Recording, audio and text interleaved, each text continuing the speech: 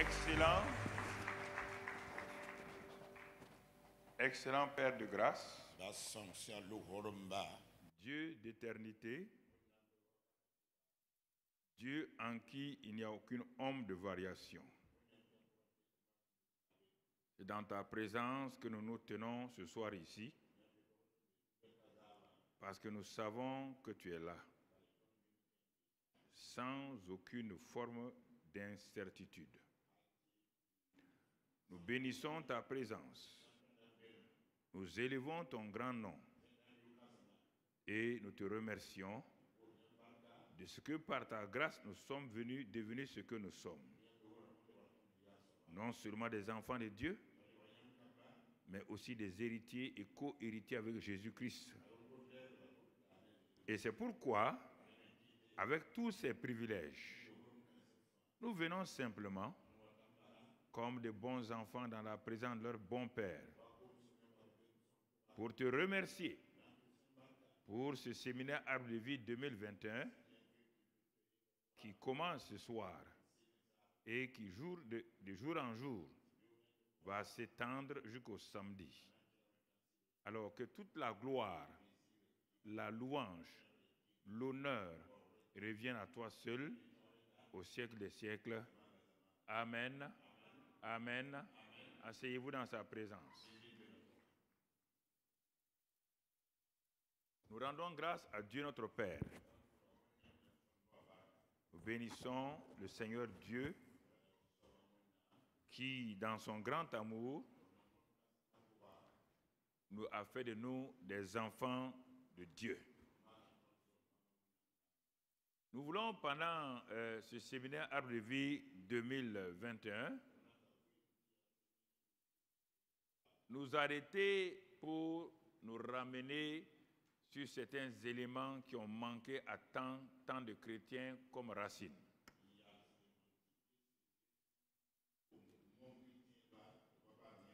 Et ce manque-là a entraîné beaucoup de doctrines, beaucoup de ministères qui n'avaient aucune raison d'être. Parce qu'on n'en voit pas dans le Nouveau Testament, on n'en voit pas jusqu'au début du XXe siècle,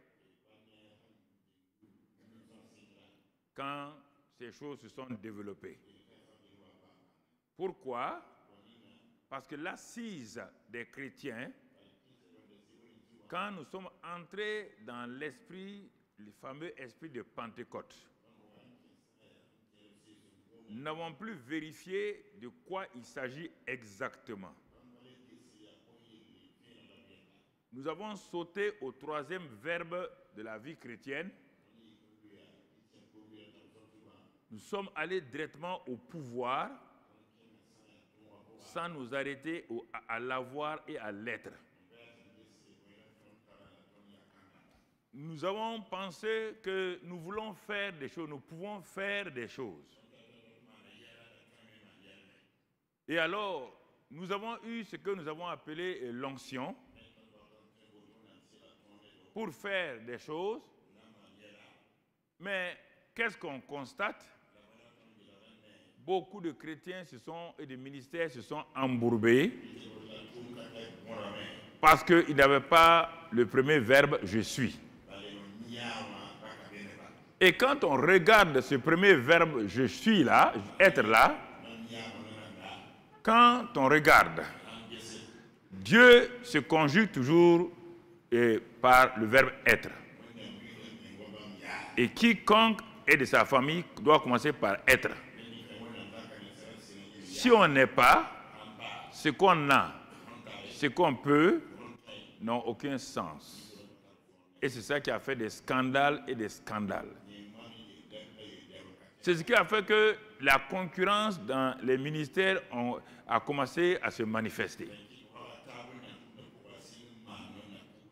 Et quand nous regardons, lorsque Dieu a rencontré Moïse, un homme qui a commencé par le pouvoir,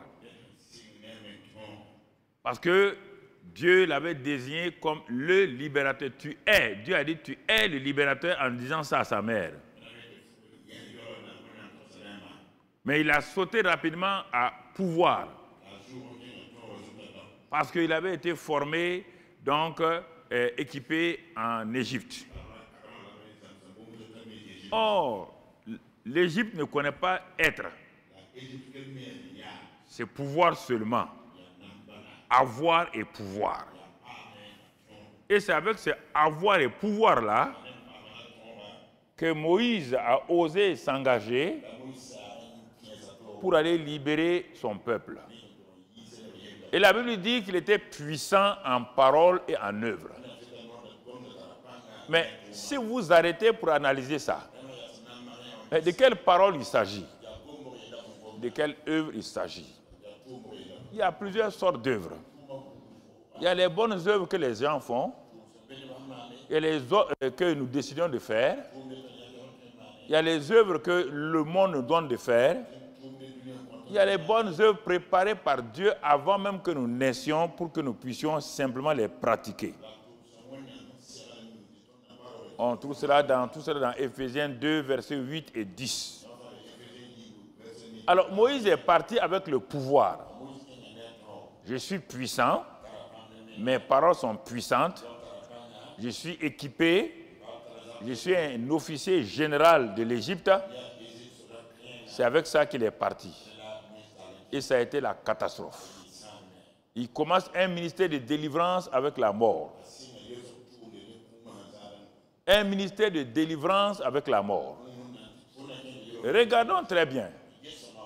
Est-ce que nos ministères que nous commençons ne commencent pas par la mort? Ça ne donne pas la vie. Nous nous épuisons à faire des choses parce qu'on se base sur l'onction.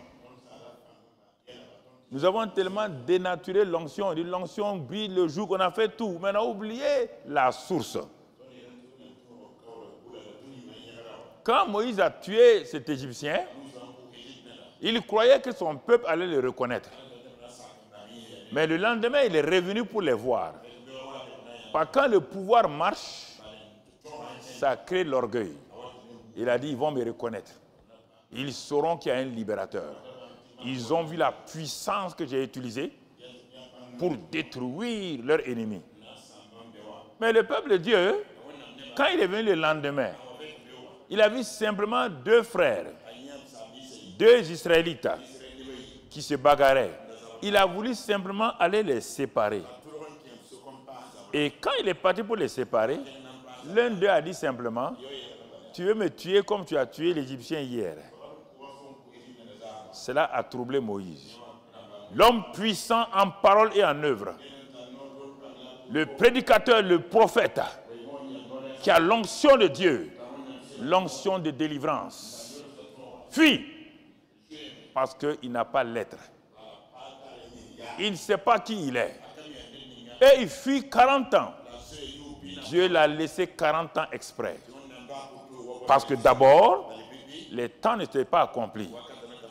Dieu avait dit à Abraham, ton peuple sera esclave pendant 400 ans. 400 ans, ils vont sortir. Je vais envoyer le libérateur. Moïse, d'abord, première erreur, il est parti avant les 400 ans. Il n'est pas parti avec la présence de Dieu. Il est parti avec la puissance de l'Égypte. Les techniques de l'Égypte. Les forces occultes de l'Égypte. C'est avec ça qu'il est parti. Et ça a été une catastrophe. 40 ans plus tard, le Dieu qui délivre, le Dieu qui nous donne le ministère de délivrance, frères et sœurs, va rencontrer Moïse. Si vous n'avez pas eu de visitation divine, je le dis et je le répète, c'est pourquoi cette conférence, on a permis que ce soit les hommes de Dieu seulement qui viennent ici, et les femmes de Dieu et les responsables. Parce que je vais parler à votre cœur tout ce qu'on appelle nouvelle génération, je vais vous parler sincèrement. 40 ans plus tard, Moïse a été dépouillé des premiers 40 ans qu'il a vécu en Égypte.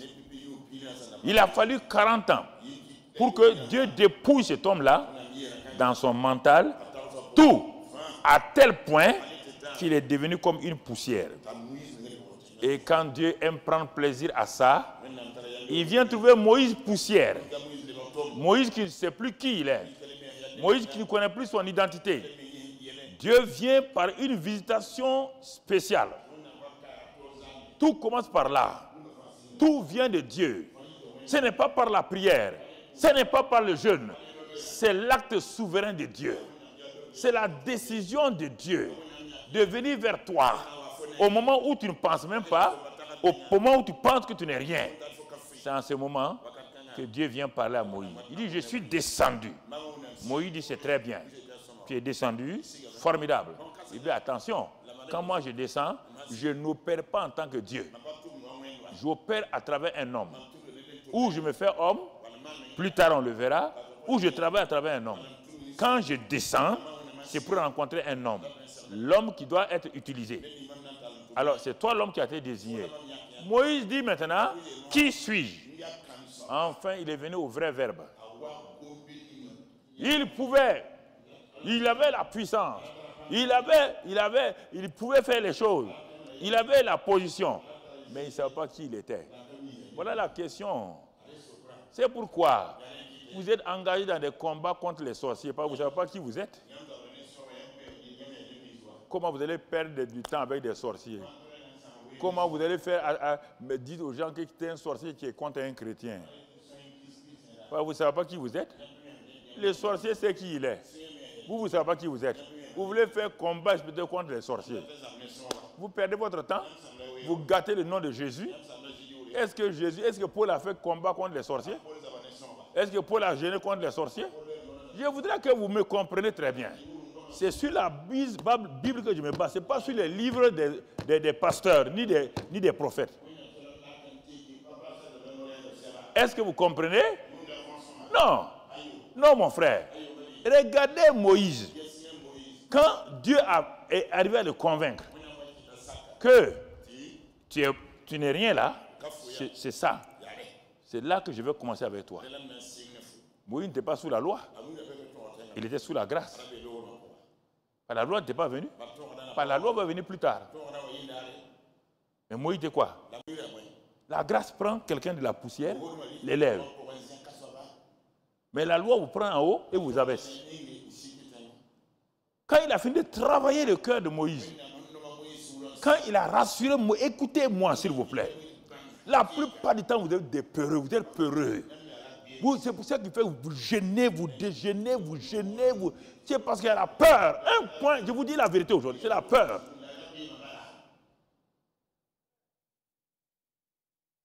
La peur.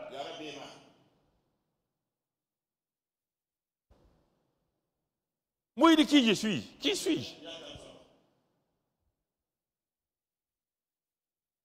Dieu dit, ah bon? Tu as bien commencé. Moi, je sais qui je suis. Je suis celui qui suis. Alors, si je suis celui qui suis, viens vers quelqu'un qui dit je ne suis rien, c'est une bonne chose. Parce que quand le 1 vient devant le 0 passe de 0 à 10. Mais quand le 0 est tout seul, il n'a pas de valeur. La valeur du 0, c'est quand il est derrière des chiffres. S'il y a 1 million de 0, c'est toujours quoi? 0. Mais si vous mettez 6 0 derrière 1, ça fait quoi? Le 1 là, c'est Dieu. Toi, tu es le 0. Écoutez, frères et sœurs. Moi, j'étais fatigué en voyant les ministères sortir. Après, c'est l'escroquerie. Ils commencent bien. Après, bon, comme ça ne marche pas, on escroque les gens, on parle, on trompe les gens. Mais je dis, mais ça, là, si tu meurs dans ça, là, tu vas en enfer.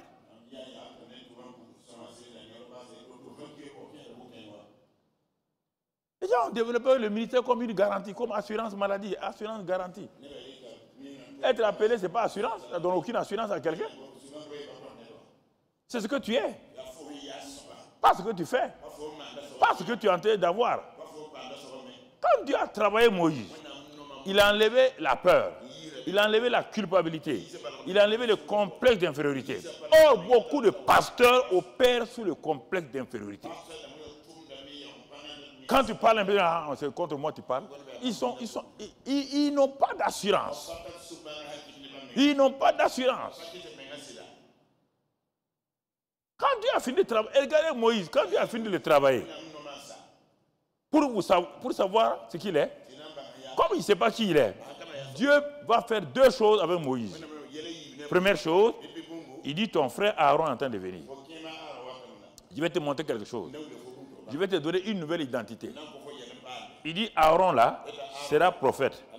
Je vais te donner, puisque la nouvelle création n'était pas encore là, mais dans l'Ancien Testament, Dieu ne peut pas dire à quelqu'un qu'il est né de nouveau. Qu'est-ce qu'il fait? Il s'identifie à la personne. Il prend la personne, il l'entre dans sa dignité. Il dit, je te fais Dieu pour Aaron. Dans Exode 7 plus tard, il dit, pour aller affronter Pharaon là, je te fais Dieu pour Pharaon. Regardez les deux aspects de la vie. Un, il te fait Dieu pour Aaron. Ça, c'est dans la famille. Maintenant, contre le diable, je te fais Dieu contre le diable, contre Pharaon. Regardez Moïse, avec un simple bâton. Il rentre chez Pharaon. Un homme qui a des armes et toutes sortes d'armes. Vous n'avez pas réfléchi à ça, hein? Moïse rentre, là, il connaît bien Pharaon. Il rentre chez Pharaon. Il défie Pharaon. Il dit, demain, il y aura ça. Aucun garde ne peut tirer épée pour le pisser. Non, on ne peut pas tuer quelqu'un qui est identifié à Dieu. La nouvelle création, si vous savez qui vous êtes, si vous connaissez l'œuvre achevée de Christ, vous êtes un homme libre. Comment? Arrêtez ces doctrines-là. Arrêtez ça. Arrêtez ça. Il rentre. Pendant combien de temps, on ne sait pas. Pharaon va au Nil. Le Nil où Moïse a été repêché là. C'est le Dieu de l'Égypte. Pharaon va, et Moïse va trouver Pharaon là-bas. Il est en train d'adorer là-bas. Il dit, tu vois cette eau-là, demain, ça sera du sang. Et puis il donne le dos et s'en va. Il n'y a pas quelqu'un qui a serré le col de Moïse. Au contraire, on dit que les Égyptiens commençaient à l'admirer. C'est qui est dans la Bible. Ils commençaient, les gens disent, mais ce gars est bien. Hein? Lis dans la Bible. Vous sautez les passages de la Bible. Vous voulez seulement prendre des choses. C'est comme loterie, quoi. Ce verset me plaît, ce verset me plaît. Non, c'est pas comme ça la Bible. Regardez-le. Il rentre chez Pharaon. Il se promène chez Pharaon. Il dicte des choses à Pharaon. Il dit demain, la poussière là, ce serait des poux. Envoie tes magiciens. Quand j'étais avec toi là, je connais la faute de tes magiciens. Mais je sais qu'ils sont limités. Si c'est faux demain, Pharaon, envoie tes magiciens là. Demain, je vais faire la création. Je vais créer. Quand il frappe, il dit à Aaron le prophète, frappe la poussière. Il frappe, ça devient des poux. Il dit aux magiciens, allez-y. Ils ont fait, ils ont dit non. Ils ont dit quoi? C'est le doigt de Dieu. C'est le doigt de Dieu. De quel Dieu? Le Dieu qui est en Moïse? Pas le Dieu du ciel. Vous ne voulez pas croire à ça. Quand vous avez peur qu'on vous traite de sorciers ou autre, vous ne voulez pas dire ces choses-là. C'est quel Dieu? C'est quel Dieu qui a frappé le soir là? Quel Dieu qui a dit à Pharaon Aaron de frapper là? C'est pas Moïse, non? Il dit il a fait Dieu pour Aaron. C'est Dieu du ciel qui est descendu frapper. Vous me regardez comme ça, bagarre là. C'est fort doctrine encore.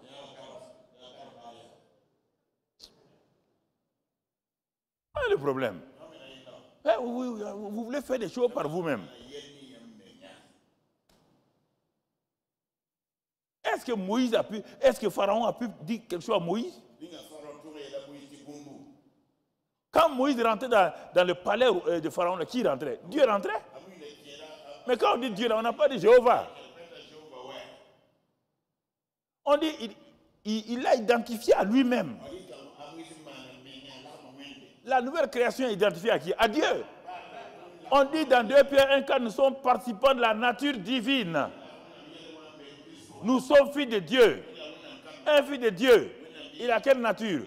La nature d'un chien. Est-ce qu'on a dit qu'il est Jéhovah? Tellement on l'appelle fils de Dieu.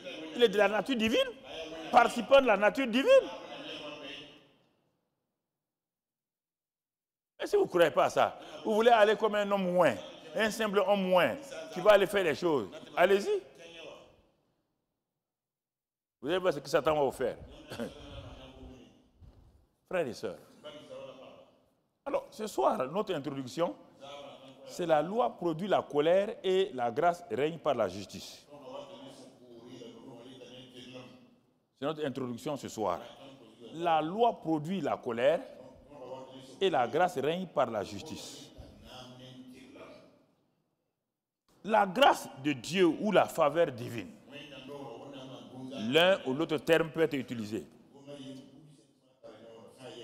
La grâce de Dieu, la faveur divine, il n'y a rien, il n'y a pas un mot qui trouble les chrétiens plus que le mot grâce et faveur là. C'est le mot qui trouble les chrétiens.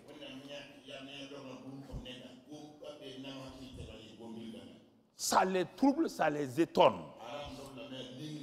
Ça les dépasse. Ça dépasse l'entendement des hommes. Et les hommes ne veulent pas accepter la grâce. Ils ne veulent pas. Ils veulent la grâce plus quelque chose. La grâce plus la prière. La grâce plus le jeûne. Mais la grâce toute seule là. Mais ils ne veulent pas ça.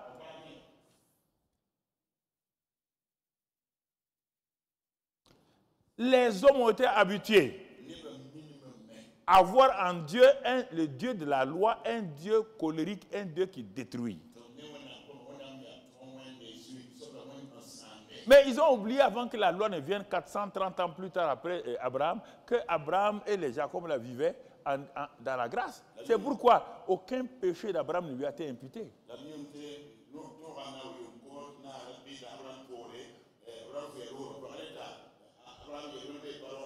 S'il n'y a pas de loi, il n'y a pas d'imputation de péché. Si Jacob était sous la loi, mais il était mort il y a longtemps, un escroc sous la loi.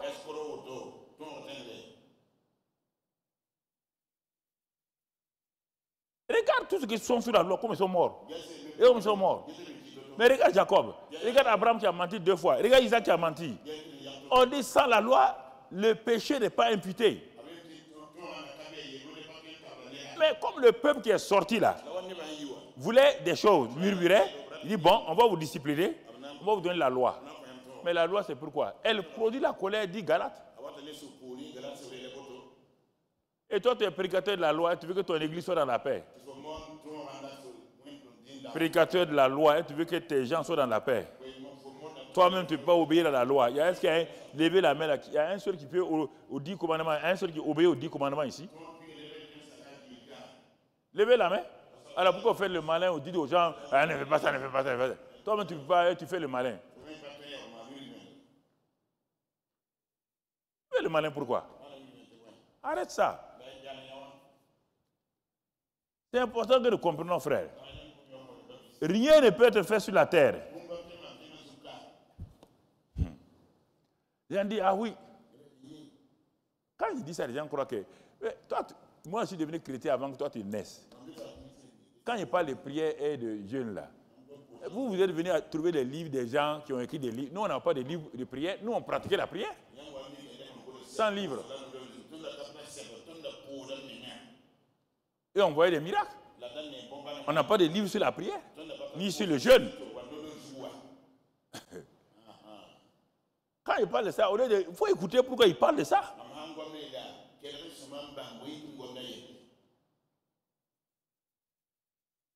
Tu me vois, j'avance. Toi, tu jeûnes, tu pries, tu n'avances pas. Il faut arrêter, venez t'asseoir devant moi là. Viens t'asseoir. Petit, viens t'asseoir. Papa, comment tu fais? Non, vous courez à gauche, à droite. Ceux où là, vous courez là, eux-mêmes, ils me téléphonent pour demander comment je fais. Ça m'énerve, hein. Je parle à vous, la nouvelle génération, autre là. Ceux que vous partez voir là, ils me téléphonent.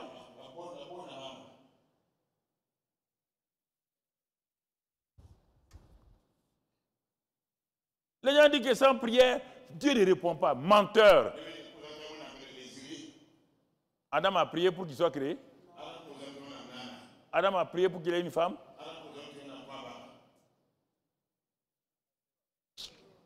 Si Adam n'était pas tombé, est-ce qu'il y aurait jeûne et prière? Dans le jardin d'Éden, est-ce que si Adam n'était pas tombé, il y aurait jeûne et prière? Dans la Nouvelle-Jérusalem, il y aurait jeûne et prière? Est-ce que dans la Nouvelle-Jérusalem, il y a Bible? Dans la Nouvelle-Jérusalem, il y a Église? Dans la Nouvelle-Jérusalem, il y a pasteur? Il faut prendre la Bible telle que la Bible dit.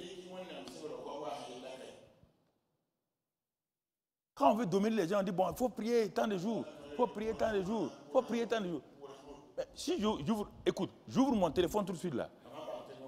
1500 personnes sont en connexion avec moi. Même avant de venir là, des questions ont été posées de France. Comment on fait? On prie, on jeûne, il n'y a rien. Ça me trouble.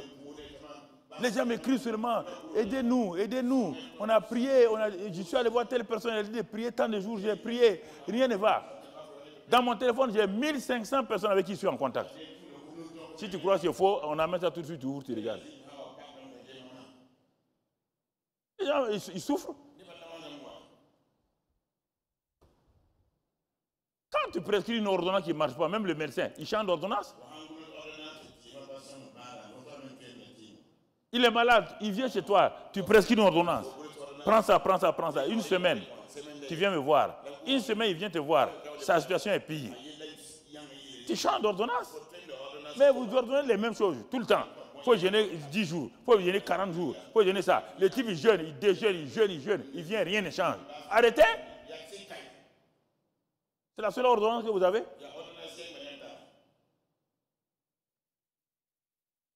Mais sans le jeûne et la prière, il n'y a plus rien. Vous êtes tu ne connais rien? C'est un jeûne de prière. Tu vas dire quoi maintenant?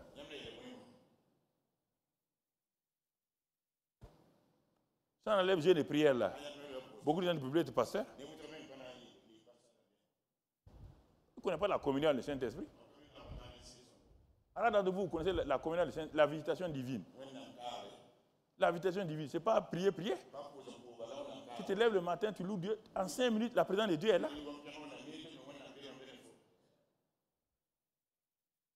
Je ne prends pas des choses pour faire mes messages. Ma femme est là. Je me couche, je loue Dieu et je suis assis. Je prends mon bic. Ça vient comme ça. Le message ce soir-là, je l'ai écrit tout à l'heure.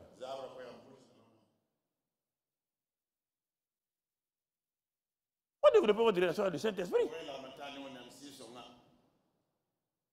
Relation avec le Saint-Esprit. La grâce, la faveur divine est devenue pour plusieurs une chose spéciale,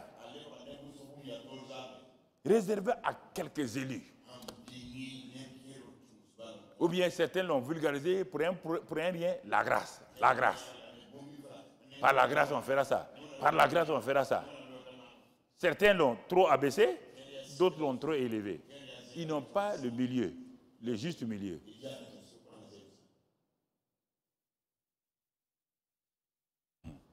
Regardons ensemble l'œuvre achevée de Dieu. L'œuvre achevée de Dieu, Dieu le Père, hein? On ne va pas d'abord parler de Jésus-Christ. Quand on parle de l'œuvre achevée là, les gens ne savent pas que le Père avait eu son œuvre achevée aussi. Ouvrons dans Genèse 2. Le Père a eu son œuvre achevée, c'est pourquoi le Fils a eu l'œuvre achevée. Et tu vas voir, l'œuvre achevée des deux, ça se ressemble. Genèse 2. Ainsi furent achevés, regarde déjà les mots. Ainsi furent achevés les cieux et la terre et toute leur armée. Verset 2 maintenant. Regardez, Dieu acheva au 7e jour son œuvre. L'œuvre achevée du Père.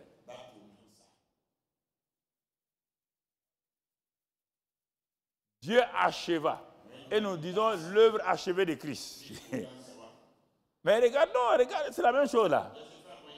Dieu acheva son œuvre le 7e jour. Et il s'est reposé. Et te pose la question maintenant. Quand Dieu a achevé là, est-ce que Adam l'a aidé à achever? Hein? Il a demandé l'avis d'Adam. Bon, l'œuvre achevée de Christ là, il a demandé ton avis pour être sauvé. Les deux, c'est la grâce. La grâce du Père, la grâce de Dieu par le Père. Quand la loi est venue, il a suspendu. Et quand son fils est venu, Jean 1,17 dit, la loi est venue par Moïse, mais la grâce et la vérité sont venues par Jésus. Dieu a achevé son œuvre le 7e jour. Il a fait appel à Adam. Il a demandé l'avis d'Adam.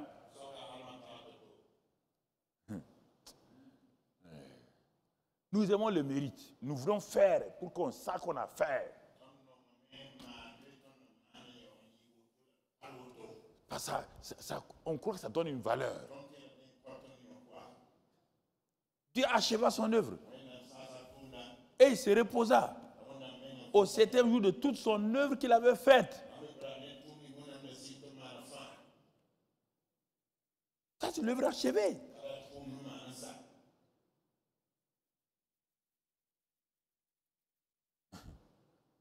Il n'a rien donné à Adam d'abord.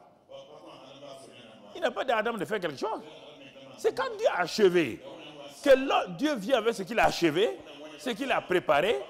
Adam n'a pas participé à son environnement. C'est à ce moment que Dieu vient avec la parole de grâce pour donner à Adam. Il vient avec la parole de grâce pour donner à Adam. Voilà, tu es ici. Donc, le ministère vient, c'est de surveiller et d'exploiter le jardin. Adam est entré dans l'œuvre achevée de Dieu le Père. Le christianisme, ce n'est pas pour faire des choses. Nous entrons dans l'œuvre achevée de Christ. Parce qu'il a dit, tout est accompli. Il est rentré dans le repos. Il s'est assis à la droite du Père. Le Père a achevé. Il s'est reposé. Le Fils a achevé. Il s'est reposé. Et le Fils nous dit maintenant, par le Saint-Esprit, entrez dans mon œuvre et faites mon œuvre. Je les ai préparés, les bonnes œuvres que j'ai préparées pour vous. Ce n'est pas à toi d'aller gêner pour savoir ce que tu dois faire. Le Fils a gêné Jésus. Est-ce que tu as entendu un seul mot des 40 jours de prière de Jésus? Est-ce que Jésus est sorti de dire, moi j'ai jeûné 40 jours, Dieu m'a dit ça? C'est un secret. On ne parle pas. C'est ce que Dieu a préparé là, que pendant les 40 jours là, il a révélé ça à Jésus. Quand Jésus est sorti, Satan voulait le troubler. Mais quand toi tu jeûnes déjà 3 jours seulement, tu sors, tout le monde est au courant. J'étais sur la montagne et après.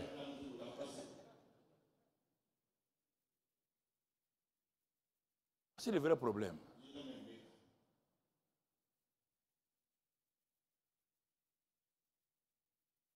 Ces 3 jours-là, hein, ça, ce n'est pas séance d'inauguration. Hein. C'est le premier message. Si demain, tu ne viens pas ici, tu ne me verras même plus te saluer. Je parle à vous, hein, prophète, apôtre, quoi là. On est parti au séminaire d'ouverture. Il n'y a pas ce séminaire d'ouverture. Ça, c'est le séminaire qui a commencé. Voilà. Tes programmes là, tu les laisses. Tes programmes là, laisse-les tranquilles. Laisse-les, viens. J'ai prévenu le prophète. Bon, le révérend Kemtore n'est pas là parce qu'il a eu un décès. Il s'est excusé. C'est pourquoi on vous a laissé la place. Si vous voulez, tu vas mettre des chaises derrière, couche-toi, mais il faut venir écouter. Toi, tu as quel programme? Ton père te parle, toi, quel programme tu as? Et tu peux te comparer à moi?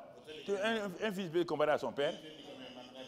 Et on vous dit de venir, j'ai un programme de délivrance. Tu vas délivrer qui? Tu vas délivrer qui même? C'est ça le problème. Tu vas délivrer qui? Viens t'asseoir ici et puis écoute.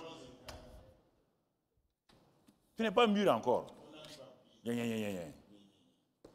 Pourquoi c'est le titre là? Carte de visite. Apôtre et prophète international des nations. Toi, tu n'es même pas à peau de Koulouba. Oh, il faut arrêter ça là.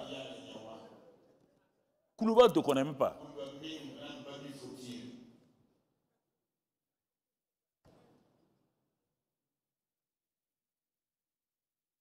Non, non, non. Je vous parle, hein. C'est pas à vous que je parle ici. Partout, je parle comme ça. Partout. Tu vas m'arrêter. Toi, tu es trop petit pour que je ne te parle pas. Arrête-toi, hein. Sinon, demain j'amène fouet.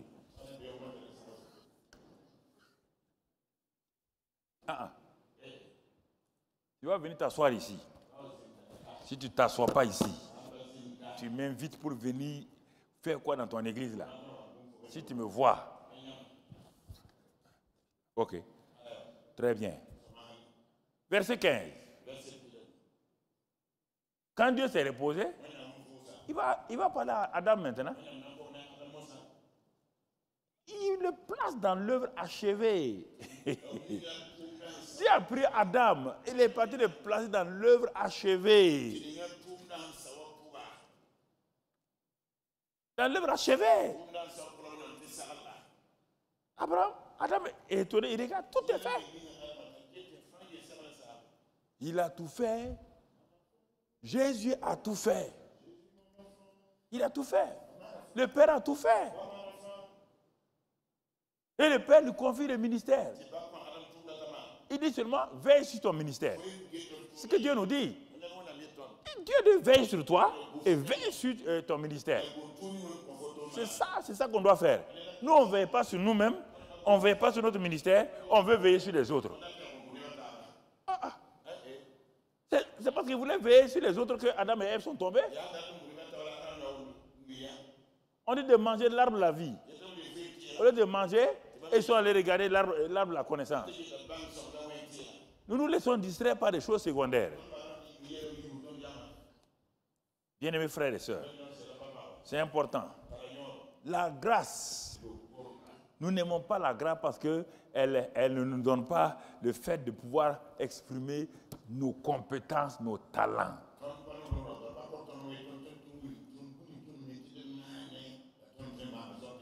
Ça, au temps du premier Adam, il est entré dans l'œuvre achevée du Père. Regardons le deuxième ou le dernier Adam. Comment Dieu agit encore.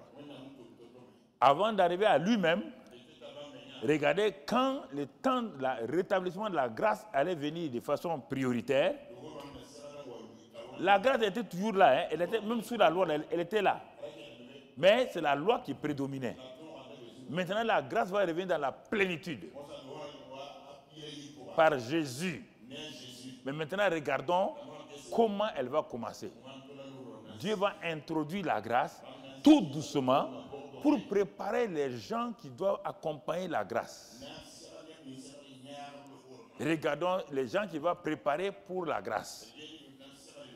Allons dans Luc 1, verset 5. Luc 1, verset 5. Du temps d'Hérode, au roi de Judée, il y avait un sacrificateur nommé Zacharie, de la classe d'Abia. Sa femme était d'entre les filles d'Aaron et s'appelait Élisabeth. Ça, c'est le verset 5. Et verset 6. Tous deux étaient justes devant Dieu, observant d'une manière irréprochable tous les commandements et toutes les ordonnances du Seigneur. Voilà, on va s'arrêter là avant de continuer. Une petite parenthèse simplement. On dit ici, Zacharie et sa femme-là étaient justes. Mais si tu prends cette justice-là, aller comparer à la justice en Christ-là, ça veut dire que tu n'as aucune intelligence de la parole de Dieu. Est-ce qu'ils avaient la justification de Christ? On dit qu'ils étaient justes par rapport à quoi? Au commandement.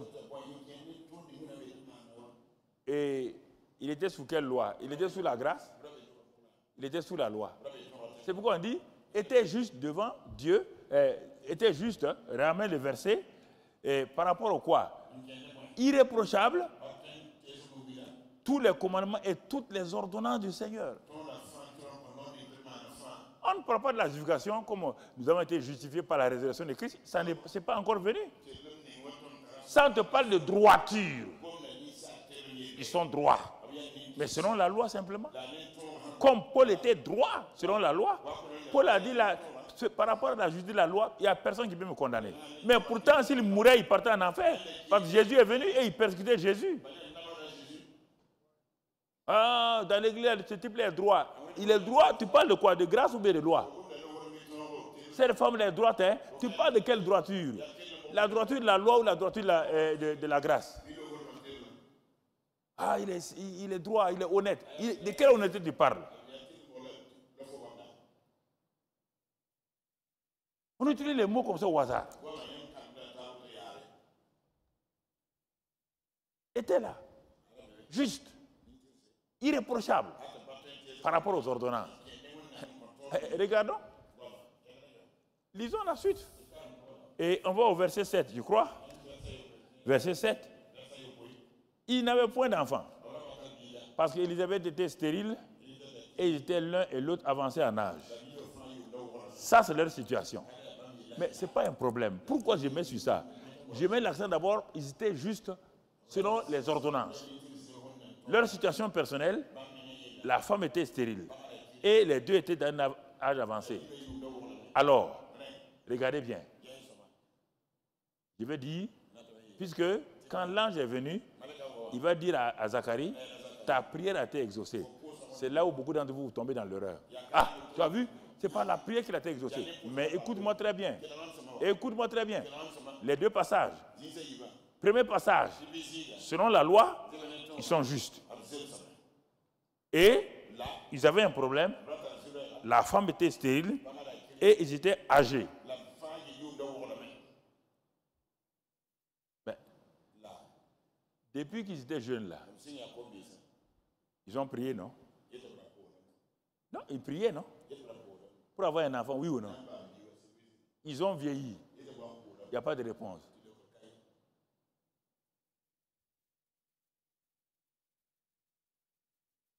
C'est pourquoi l'homme de Dieu, quand l'ange vient, il dit, ah bon? C'est maintenant que tu viens. Il regarde la grâce. On lui dit, ta prière a été exaucée. Mais, toi, tu voulais un enfant ordinaire pour qu'on dise que tu as un enfant. Mais la grâce de Dieu a préparé pas un enfant. C'est pourquoi Zacharie va refuser.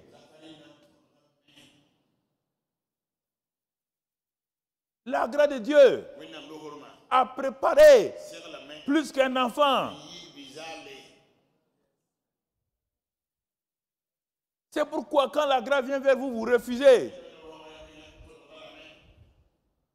On a prié, on a jeûné, il n'y a rien. Dieu dit, mon fils, c'est ma grâce. Laisse que je vienne te visiter par la grâce. Pourquoi? Parce que la grâce vient toujours au temps convenable. Elle ne vient pas dans tes pensées. Dieu veut résoudre un problème. Ce couple-là a besoin d'un enfant. Dieu a besoin d'un précurseur, d'un prophète. Dieu veut faire d'une pierre deux coups. C'est comme Anne. Anne a prié, jeûné, prié, jeûné.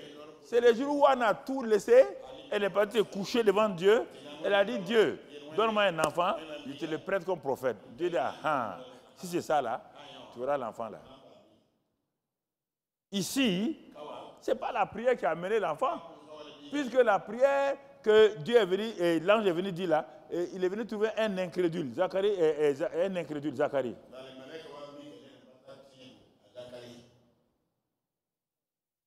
Mais maintenant, devant cette incrédulité, la grâce va aller au-delà. Rien ne peut arrêter la grâce de Dieu.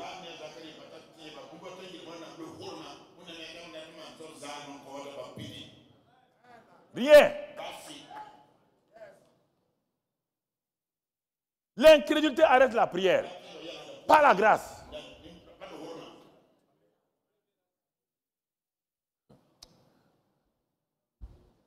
apprendre ça. Si les mauvais choix que tu fais pouvaient arrêter la grâce là, Paul ne serait jamais, Saul de temps ne serait jamais un homme de Dieu. Et toi-même, tu as prié quand tu étais, tu faisais tes fétiches là, tu priais là-bas pour être pasteur.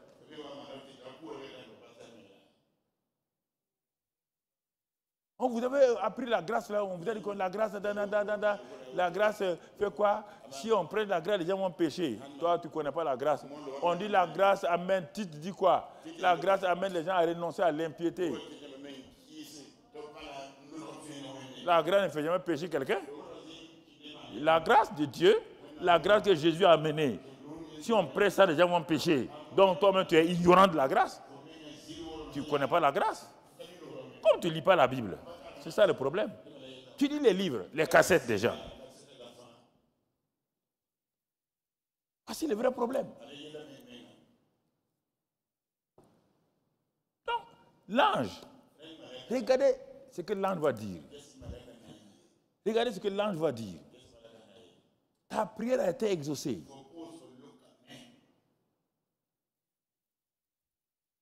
Et ta femme va t'enfanter. Ça, c'est ta prière. Tu voulais un enfant, non? Ta prière est exaucée. Mais tu ne comprends pas. La deuxième partie, là, je vais te parler de la grâce. Ce n'est pas lié à la prière. Tu auras un enfant. Tu voulais un enfant. Tu aurais un enfant. Il n'y a pas de problème. Tu es exaucé. Si j'étais arrêté là, Zacharie n'allait rien dire.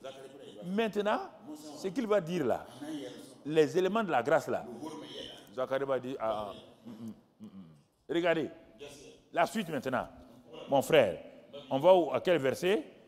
On va progresser. Et la grâce est au verset 13 là, vous ramenez, verset 13, c'est ça. Ne crains point Zacharie, ta prière a été exaucée, ta femme il va t'enfanter un fils et tu lui donneras le nom de Jean. La grâce commence par là. La grâce donne un nom, une identité déjà. Est-ce que Zacharie a prié pour avoir Jean? La grâce. Il dit tu auras un enfant. Hein? C'est un enfant que tu veux là. Tu auras un enfant. Mais le reste là, attends-moi maintenant. C'est moi qui dirige ici. Ma grâce va venir. Le prénom, le nom sera Jean. Ils ont dit, dans toute notre famille, il n'y a pas de Jean. Il dit, la grâce est comme ça. La grâce ne m'est pas copiée.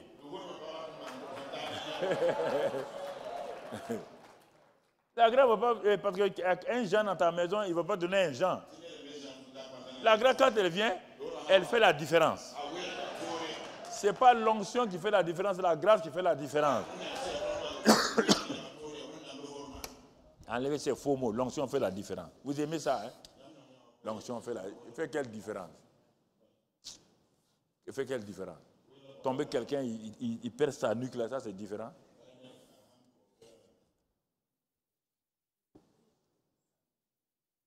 Jean 1.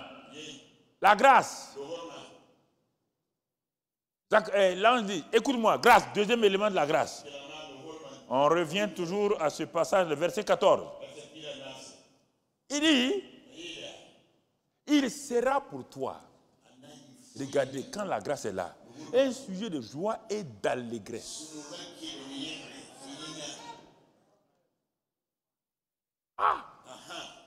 Si c'est la grâce là, ça mène la joie et l'allégresse.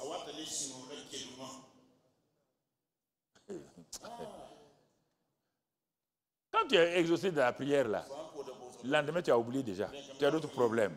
Mais il dit ici là, l'enfant là, sera pour toi joie et deux mots. Il ne s'est pas arrêté à joie, hein.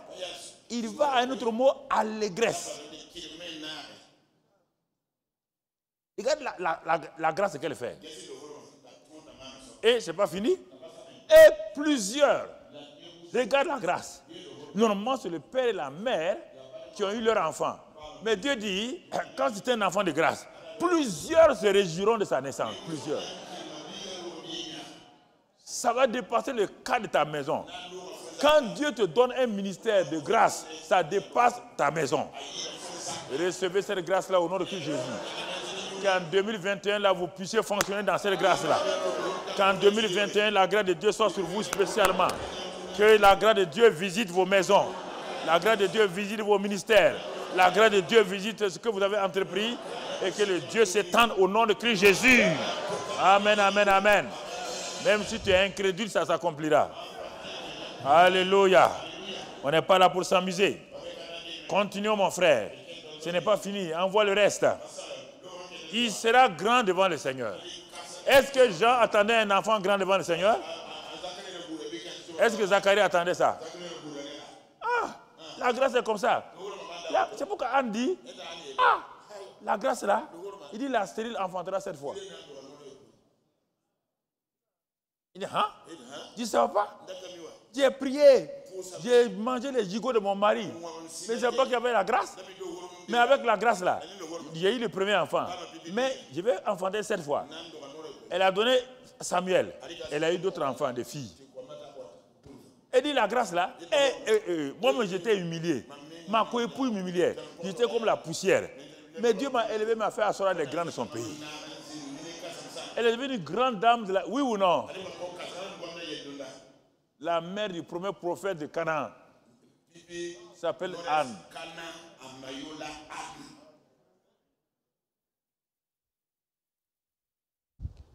Grand devant le Seigneur. Voilà, et tu vas voir la même chose. Quand la grâce va venir avec Marie, même chose. Tu vas voir les noms, tout la même chose. La grâce est claire. La prière, bon, j'ai prié, on ne sait pas. La grâce est claire. Quand elle est là, elle est claire. Claire.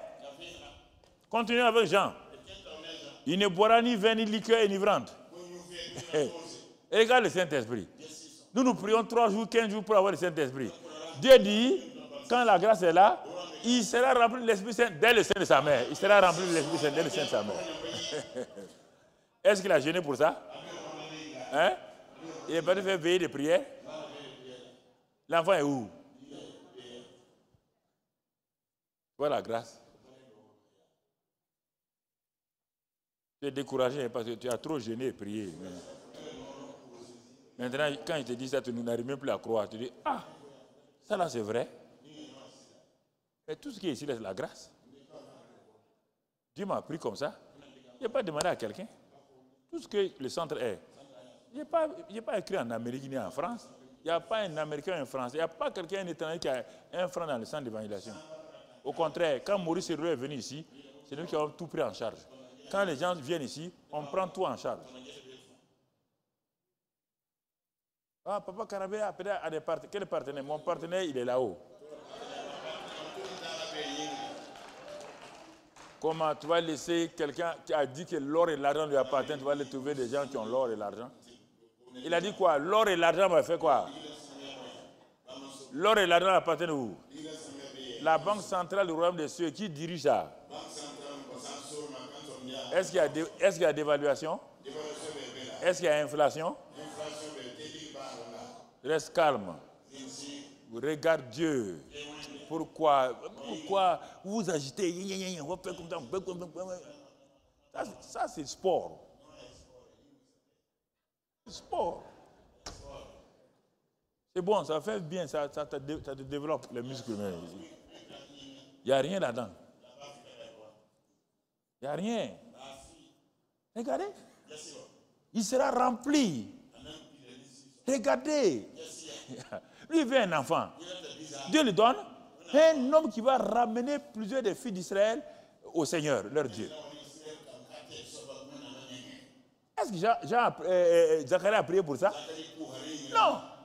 Ça, c'est un fils spécial. Hein? Ah, un enfant comme ça, qui va ramener les gens au Seigneur, leur Dieu. C'est pas fini. Regarde, c'est pas fini.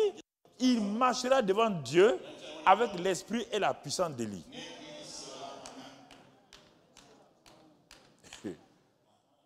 Ça, c'est quand la grâce intervient. Pour ramener le cœur des pères vers les enfants et les rebelles à la sagesse des justes afin de préparer au Seigneur un peuple bien disposé. C'est pourquoi le ministère est un ministère de la grâce. Si ton ministère n'est pas un ministère de la grâce, tu vas te fatiguer. Regardez, ça c'est le ministère comme ça. C'est pourquoi il a dit à Jérémie, Jérémie, tu es établi prophète des nations. Il dit, ah, je suis un enfant. Il dit, la grâce n'est pas une affaire de naissance. Avant même que ton père et ta mère se marient, là, moi je te connaissais. Quand tu étais dans le ventre de ta mère, là, c'est en ce moment que j'étais établi prophète.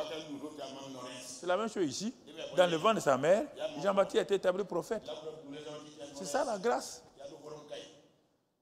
Quel effort ils ont fait? Si vous commencez votre ministère par des efforts, vous devez vous débrouiller. Pas de ministère par des efforts. Ah, ça ne va pas, on va aller prier, jeûner. D'accord, il n'y a pas de problème.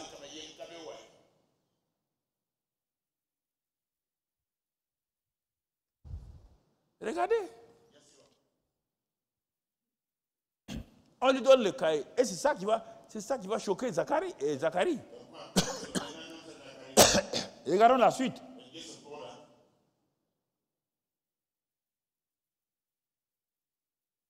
Zacharie dit à l'ange. Bon, il est arrêté maintenant, il regarde. Il dit, toi là-haut, quand tu étais venu là, quand tu es rentré là, moi j'ai eu peur. Tu m'as dit de ne pas avoir peur. Maintenant, je n'ai même plus peur. Hein. Je n'ai plus peur. Mais maintenant, je te confronte. Voilà. Tout ce que tu as dit là. Regarde, quelqu'un peut parler à un ange comme ça? La peur est partie. Maintenant, il affronte l'ange. C'est-à-dire que bon, si tu es venu me troubler là, c'est que moi je n'ai pas, c'est ça. À quoi je vais reconnaître? D'abord, donne-moi un signe. Dieu n'a pas besoin de donner un signe pour la grâce. Ou tu crois ou tu ne crois pas. Vous voulez des signes? Tout le temps. Que Gédéon a posé des signes. Ce sont les bébés qui posent des choses, des signes. Gédéon a posé le tapis là. Le tapis s'est mouillé. Il a posé le tapis. Le tapis est devenu sec. Est-ce que Gédéon a cru? Il a cru? Hein? Alors pourquoi vous voulez des signes? Il dit avec moi que le vent n'a qu'à souffler de sud à l'ouest. Voilà. Il dit avec moi que demain matin, quand je vais me réveiller, que le soleil soit bleu. Ça ne te fera pas croire. Ou tu crois la parole, ou tu ne crois pas la parole. Ce n'est pas les signes qui vont te faire croire. Les gens courent derrière les signes. Ah ouais. Mais si Dieu m'aime, demain matin, que je trouve dans ma poche 3 millions. Si dans ta poche demain matin il y a 3 millions, Satan vient de racheter ton âme à 3 millions.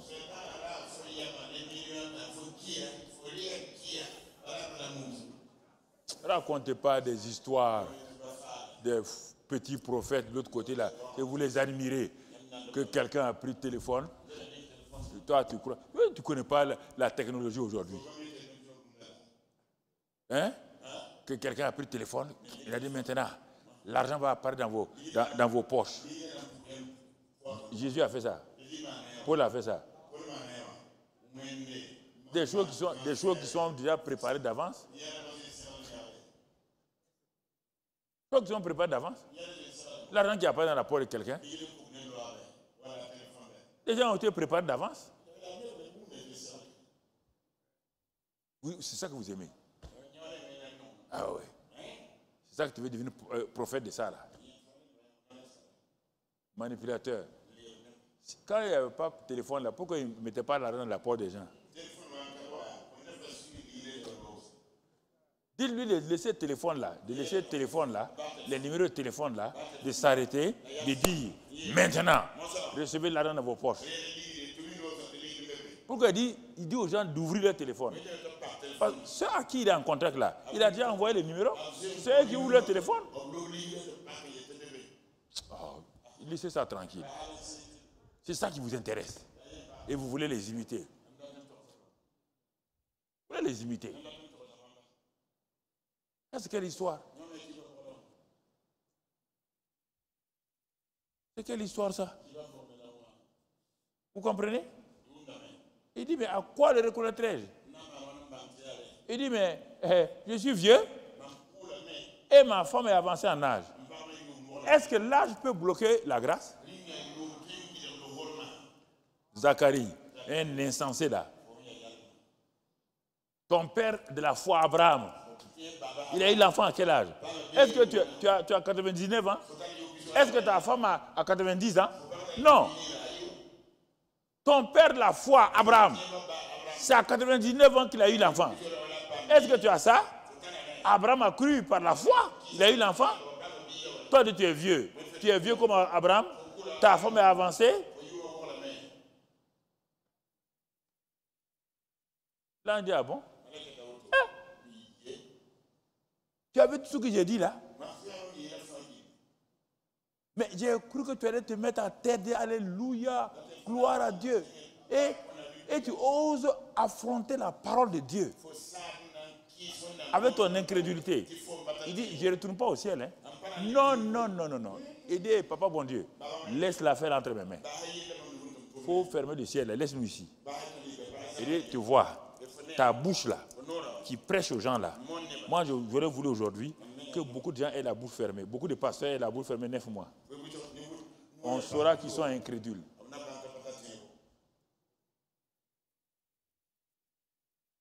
Ta bouche là sera fermée 9 mois.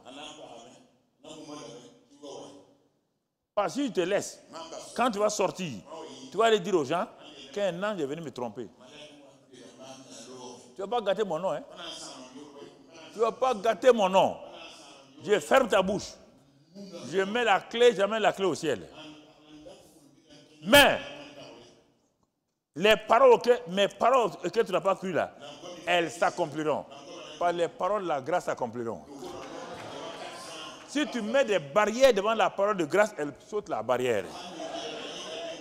Si tu mets une rivière sans pirogue, elle traverse ça. Rien ne peut arrêter la parole de grâce. Rien. Rien.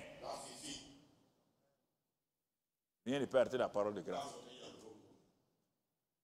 Ça, c'est le mari. Un couple qui prie. Regarde la différence. Le mari est incrédule. Un prédicateur. Un pasteur incrédule. Toi, tu pries pour avoir un enfant. On veut te donner un prophète cadeau. Un prophète. Et Jésus m'a dit que ce n'est même pas un prophète, il est plus grand que les prophètes. Cadeau. Au lieu de danser, de louer, tu entends des choses. Mais regardons sa femme. Est-ce que la femme va être comme ça? Est-ce que la femme sera comme ça? Non, mon ami. Regardons verset 24. Verset 24. Quelque temps après, Élisabeth, sa femme, devint enceinte. Elle se cacha pendant 5 mois. 10 ans. Regardez les paroles d'Élisabeth. C'est la grâce que le Seigneur m'a faite. Ah. Donc, 2 personnes prient. Il dit, on va prier, on va prier. Prions. Il y a un qui est incrédule, l'autre a la foi. Pourtant, il prie. C'est pourquoi ça ne marche pas.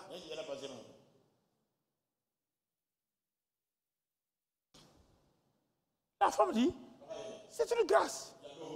Toi, le prédicateur, ta femme t'enseigne la grâce. Ta femme qui t'enseigne la grâce. C'est une grâce que le Seigneur m'a faite. Il a enlevé l'opprobre. Il a enlevé l'opprobre. Ça, c'est le premier exemple ce soir que je donne pour que tu saisisses la grâce. Parce qu'à présent, la grâce, tu parles comme ça sans même vérifier. Sans vérifier.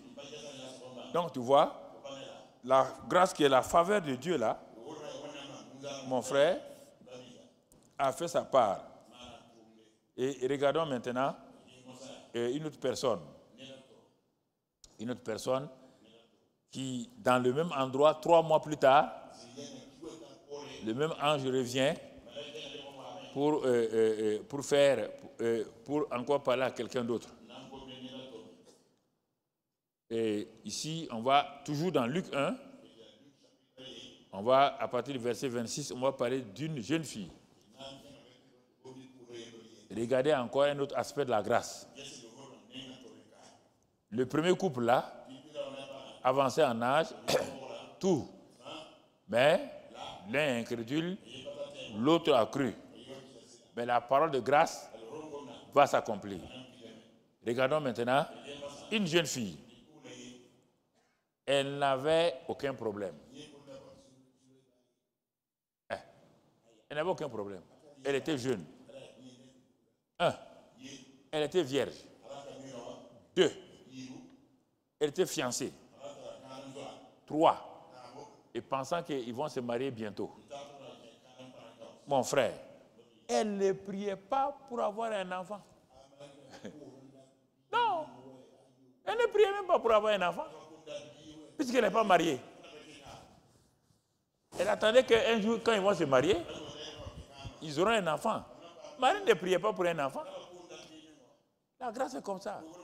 Quand la grâce, si vous regardez la Bible là, quand elle intervient avec des situations spécifiques.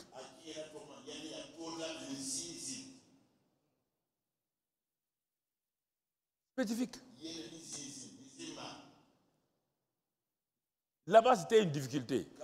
Ici, c'est une impossibilité.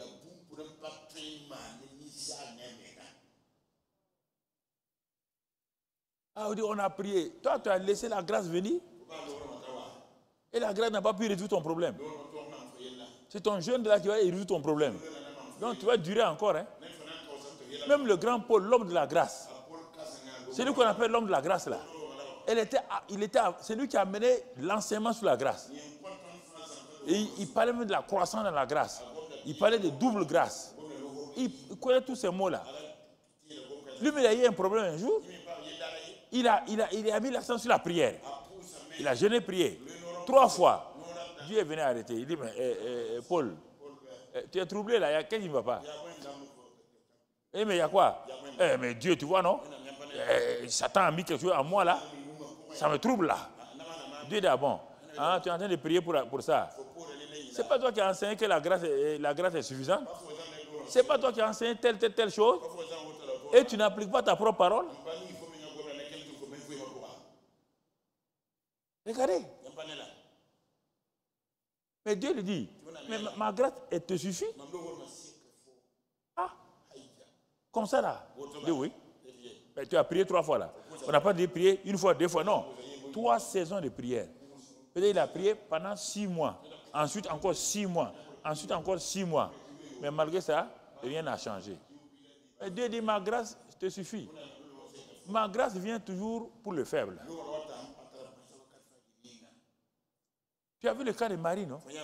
Tu as vu le cas de Zacharie? Tu as vu tous ces cas-là? Mais pourquoi toi, un grand homme de Dieu comme ça? Parfois, on s'embourbe parce qu'on a été dans des choses, on est troublé, on s'embourbe dans des choses où on sait bien qu'il y a une impasse devant nous, ça ne marchera pas. Ça ne marchera pas.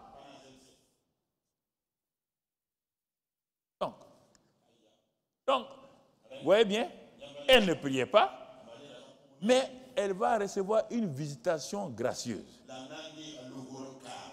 C'est ça là, la visitation gracieuse. C'est ça que l'ange est venu faire à Zacharie. C'est ça que l'ange de l'Éternel est venu faire à Moïse. La visitation gracieuse est une chose importante, frère. Quand cette visitation-là vient, elle vient avec une parole de grâce. Et quand ton ministère commence par ça, ni diable, ni diabloton, ni Satan, ni les sorciers ne peuvent rien faire contre toi. Visitation divine. Visitation gracieuse. Regardons cette visitation.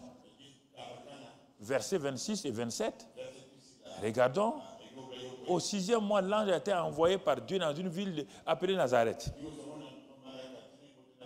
Auprès d'une vieille fiancée à un homme de la maison de David, nommé Joseph, et le nom de la vieille était Marie. L'ange entra chez elle. Vous voyez bien, ça c'est une visitation gracieuse. C'est pourquoi nous avons dit, notre décennie est la décennie de l'expansion gracieuse. Les gens donnent des noms, à l'année et ils ne savent même pas comment ils vont commencer le message.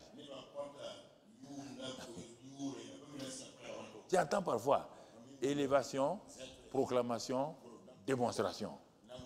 J'attends ton message pendant 1 an. Toi, tu veux prêcher ça là? C'est simplement un slogan. Un thème se développe. Tu vois? Personne ne fait des proclamations ici. C'est moi qui ai commencé des proclamations au Burkina, Côte d'Ivoire, partout. Demandez. Quand je suis tombé malade, et Dieu m'a dit, tu vas être enseignant. J'ai dit, ah non, moi je n'aime pas l'enseignement. Ça c'est en 98. Je n'aime pas l'enseignement. J'étais couché. J'ai fait venir les 3 pasteurs, les 3 responsables, pasteur Gilbert, pasteur Enoch et papa Gouba. Ils sont venus. Dieu a dit, confesse tes péchés. Il dit, mais quel péché? Il dit, confesse seulement. Il dit, confesse tes péchés à tes enfants. Il dit, je vais faire quelque chose. Mais vous, les hommes de Dieu, vous ne voulez pas. Quand moi je fais des choses, vous voulez prier. Moi, je viens te confier quelque chose, toi, tu veux... Donc, j'étais couché. J'ai dit, je vais me lever. Hein. J'ai dit, j'ai la maladie là, pleurésie là. J'ai déjà prié pour des gens.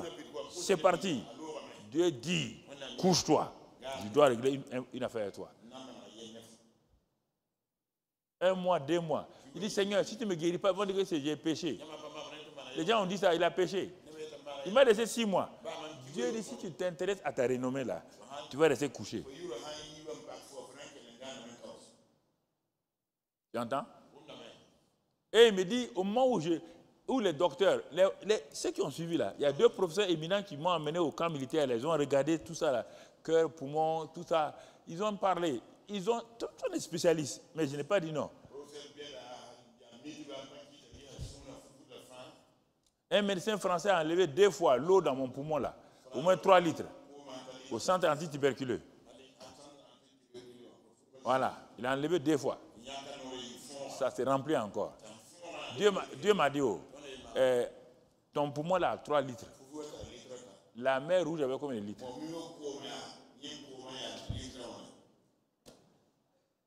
Il dit, j'ai fait sécher ça, non? C'est 3 litres, je ne peux pas. Il dit, il faut te coucher, couche-toi. Il faut qu'on se parle. Vous ne connaissez pas Dieu. Quand vous ne voulez pas qu'il y ait des choses que Dieu te corrige, toi, vous dites aux gens qui sont malades, ils ont péché. Dieu est en train de corriger quelqu'un. Il refuse. Dieu est en train de le corriger. Au contraire, il faut être compatissant à son égard. Et c'est en ce moment-là, bon, il dit qu'il doit faire. Il dit, tu vas faire, quand tu vas te lever là, tu vas faire ce qu'on appelle séminaire arbre de vie. Il dit, mais pourquoi? Il dit, bah, il lit dans Apocalypse, l'arbre de vie. J'ai tourné là-bas. Il dit, bah, il lit dans Genèse, l'arbre de vie. Quand tu vas te lever, le 1er janvier qui vient là, tu fais séminaire arbre de vie. Et tu donnes à l'année là un nom. Les gens ne savent pas. Il dit, pourquoi j'ai dit à Adam de donner un nom à chaque animal. Le nom qu'il a donné là, c'est ça qui a permis que ces animaux-là portent une identité là. Il dit, tu as compris? Il dit, ok. Maintenant, il y a un frère, un Allemand qui était en Guinée, un missionnaire, qui m'invite de venir prêcher. Mais je lui dis, mais j'ai de l'eau dans mes poumons, je ne peux même pas. Quand je me couche, je respire mal. Dieu m'a dit, tu iras. J'ai pris l'avion, je suis arrivé à Conakry. J'ai commencé à prêcher. Quand je prêche, je souffle, je suis essoufflé. Il y a l'eau dans mes poumons. Poumon droit là. L'eau est là-bas. Quand je me couche comme ça, je ne peux pas respirer. Satan me dit, tu vas mourir ici. Tu n'as été bête, tu es venu ici. Tu vas mourir en Guinée. J'ai fini Conakry. Dieu a agi. Il me dit maintenant, il faut aller à Zérekoré. Zérekoré à 1000 km. On a pris un avion russe. Un avion russe. Arrivé vers Zérekoré aussi. Il y a eu la pluie. L'avion fait... Satan dit, voilà, tu vas mourir ici. On ne se rend pas où tu es. On a pu atterrir. J'ai commencé là-bas. Je prêche. Dieu guérit des gens. Paralytique, les bras. Mais quand il veut me coucher, Satan dit, tu vas mourir. C'est avec ça, j'ai dit oui à Dieu. C'est quand je suis revenu de la Guinée. Je suis revenu de la Guinée. 3 jours après, je me couche. Je ne sens rien. Il dit, mais qu'est-ce qui s'est passé? C'est plus tard qu'un docteur, là, dans une clinique, là, ils ont fait radio, tout ça, là. Il dit, mais tu as eu quelle maladie? J'ai dit, pleurésie. Ah. Il dit, et quand il a fini de faire les radios, là, il a mis ça contre le mur. Il dit, hey, pasteur, viens. Il dit, regarde, tes poumons, là. Regarde, en bas, là, il a montré. C'est ça, c'est poumons de jeunes. Il n'y a rien là-dedans. Tu entends? Parce que j'étais comme Zacharie. Je ne voulais pas obéir. J'étais guéri. Et c'est pourquoi, tout de suite, 91, 2000, là, j'ai lancé le nom. Notre année lumière. Et toute la ville de Karambiri a commencé encore. Année lumière. J'ai mes téléphones de Côte d'Ivoire. Année lumière, c'est quoi encore? C'est quoi? Il dit, hey, mon frère, chacun avait son Dieu. Un point, c'est tout. Séminaire arbre de vie. Il dit, séminaire arbre de vie. C'est quoi? Il dit, mon frère, c'est ce que Dieu m'a dit. Ça fait 20 ans. On est sur ça. Mon ami, mon frère. Et maintenant, même ceux qui me critiquaient là, chaque 1er janvier, je vois dans leur église, notre année de ceci, notre année de cela, notre année de ceci, notre année de cela. Vous voyez maintenant, ici en Côte d'Ivoire, en France, tout le monde. Ça a commencé au Burkina ici, dans l'église ici. Il n'y a pas quelqu'un qui a commencé ça. Faites l'enquête, il n'y a pas quelqu'un qui a commencé ça.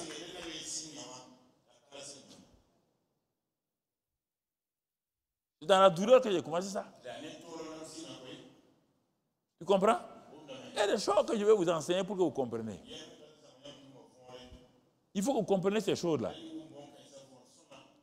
Donc, une situation comme ça, la situation de Marie. Regardez la parole de grâce qui va sortir. L'ange entra chez elle et dit, je te salue, toi à qui une grâce a été faite.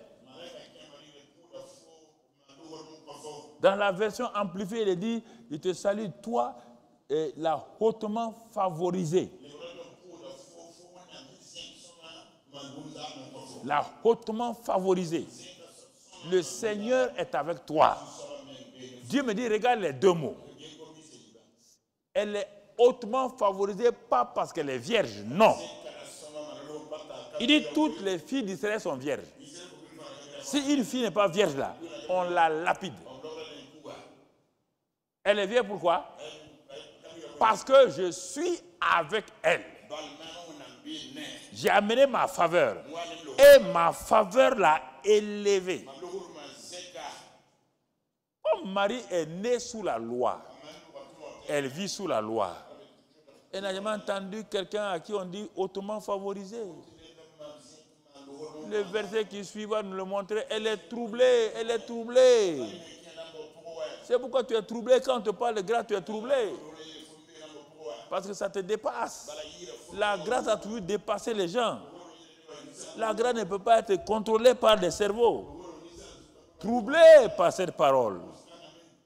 Quelle parole? On n'a même pas dit encore ce qu'elle doit faire. On dit simplement, toi à qui une grâce a été faite, tu es là hautement favorisé. Ça la trouble parce qu'elle a vécu sous la loi. Elle est née sous la loi. Elle ne connaît que les efforts qu'on fait. Elle est habituée aux efforts donnés par Moïse. Tu as été habitué à ça. Quand on te parle de la grâce, tu es fâché. Tu veux, moi, je ne veux pas changer mon ministère. Ne change pas. C'est pourquoi ton ministère tourne en rond. Ta vie tourne en rond. Hautement favorisée. Elle est troublée par cette parole. Elle se demandait ce que pouvait signifier une telle. Elle ne connaît pas la grâce. Tu ne connais pas la grâce. Oui, tu as entendu la grâce comme ça. Mais tu ne connais pas sa profondeur. Tu ne connais pas ses caractéristiques. C'est pourquoi quand on te parle de la grâce, ça ne te plaît pas. Parce que tu aimes la loi. Je ne sais pas pourquoi les gens aiment la loi. Ils aiment la loi parce que c'est des efforts. Ils aiment la loi. Ils adorent la loi. Elle est troublée. Troublée. La suite, mon frère. Elle est troublée. Le verset 28, là, lui dit, ne crains point, Marie, car tu as trouvé grâce maintenant. Tu as trouvé grâce. Vous voyez? Tu as trouvé grâce. Hein? Une faveur a été faite. Tu es là hautement favorisé. Maintenant, pour quel compagnie tu as trouvé grâce. Tu as trouvé grâce. Ne me dévance pas, mon ami. C'est moi qui prêche. Toi, tu envoies les verbes quand je dis. Ok. Tu as trouvé grâce. Devant Dieu. C'est ça qu'il te faut. Il faut que tu trouves grâce devant Dieu seulement. Le reste là, laisse tomber. On a jeûné, on a prié là. Ça ne donne rien.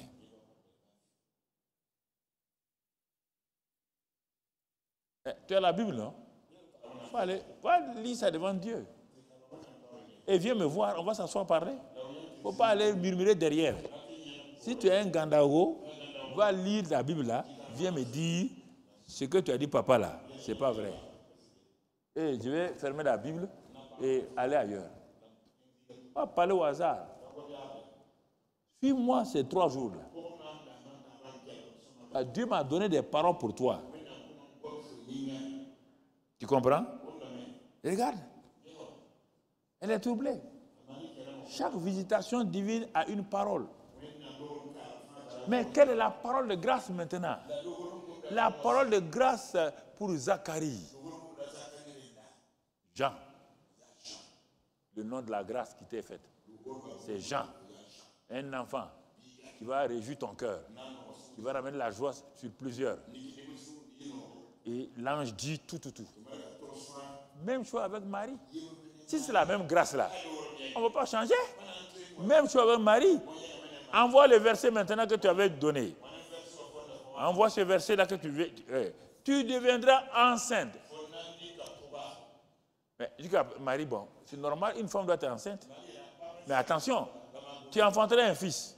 Et tu lui donneras le nom de Jésus. Zacharie, Jean, Marie, Jésus. Jésus. Dieu sauveur. Ah, mais mon fiancé et moi, on n'a même pas pensé au nom qu'on doit donner à nos enfants. Là, je dis, arrête-toi. Écoute la suite. Après le nom, il sera grand. Oui, la même chose avec Jean. Mais si la grâce vient sur vous, la grandeur vient. Mais si vous proclamez vous-même grand là, vous allez tomber. Il sera grand et sera appelé fils du Très-Haut. Le Seigneur Dieu lui donnera le trône de David, son père. La grâce vous donne toujours un trône.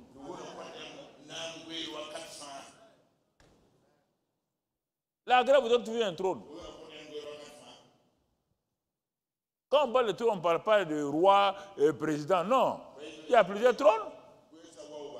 Trône d'un ministère apostolique authentique. Trône d'un ministère prophétique authentique.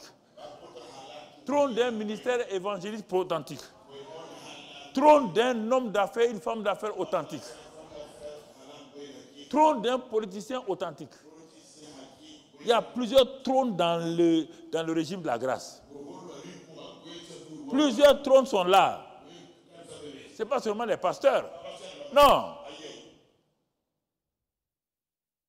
Trône. La suite. Qu'est-ce qu'il a dit? Il régnera. Quand il y a un trône, il y a toujours un règne.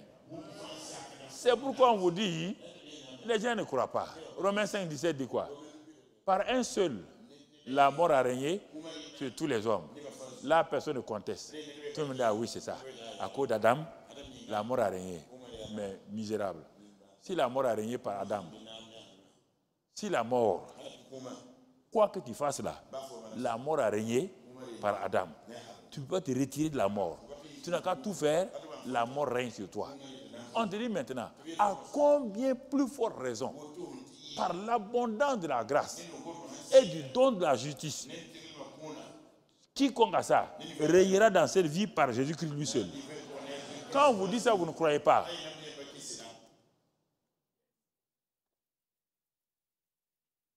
La mort a régné, tu as choisi? Tu as jeûné et prié pour que la mort règne? Pourquoi tu veux jeûner et prier pour que tu règnes? Pourquoi tu veux jeûner? Pour que tu règnes. Qui t'a dit ça? Mensonge. On dit l'abondance de la grâce. Vous n'aimez pas Romains. L'épître de Romains, c'est l'épître royale de tout le Nouveau Testament. C'est l'épître des épîtres. Mais quand vous arrivez là-bas, vous sautez rapidement, vous sautez. Vous retournez toujours d'onction double d'Élysée. On dit double portion. On n'a pas dit onction double. On dit double portion. Vous ne comprenez même pas français. On dit double portion. Tu connais pour fromage, la vache qui rit là? Hein? Il y a combien de portions là-dedans? C'est 7 ou 8, je ne sais pas. Hein? On enlève 2 seulement, on te donne. Il y a encore un reste? Venez au séminaire de la double onction. Moi, je venais à ton séminaire, tu vas enlever la plénitude, me donner double onction. Moi, j'ai plénitude. Toi, tu vas enlever ça, me donner deux morceaux. Vous ne comprenez pas? Non, double onction. On appelle double onction, on dit double portion. Nous avons tout pleinement en Christ. Et il faut prendre les épîtres. C'est les épîtres qui donnent la valeur.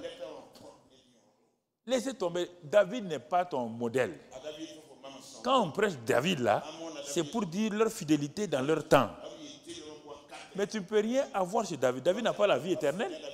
Moïse n'a pas la vie éternelle. Abraham n'a pas la vie éternelle. Élie n'a pas la vie éternelle. Ésaïe n'a pas la vie éternelle. Mais toi, même Jean-Baptiste, le plus grand de tous ceux qui sont nés de femmes, n'a pas la vie éternelle. Et toi, tu veux te comparer à eux. Quand même. Un fils de roi veut se comparer à un serviteur dans la maison. On dit Moïse était serviteur. Toi, tu es fils.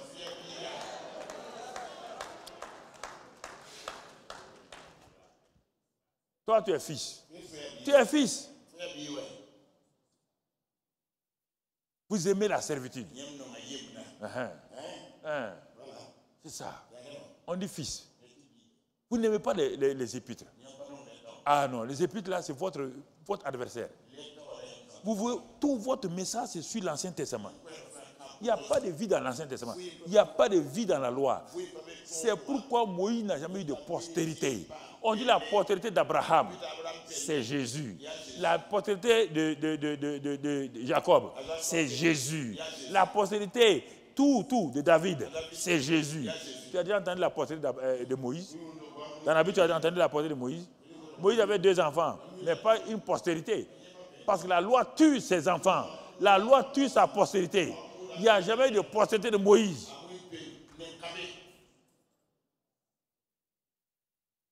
Et vous voulez dire ça aux gens?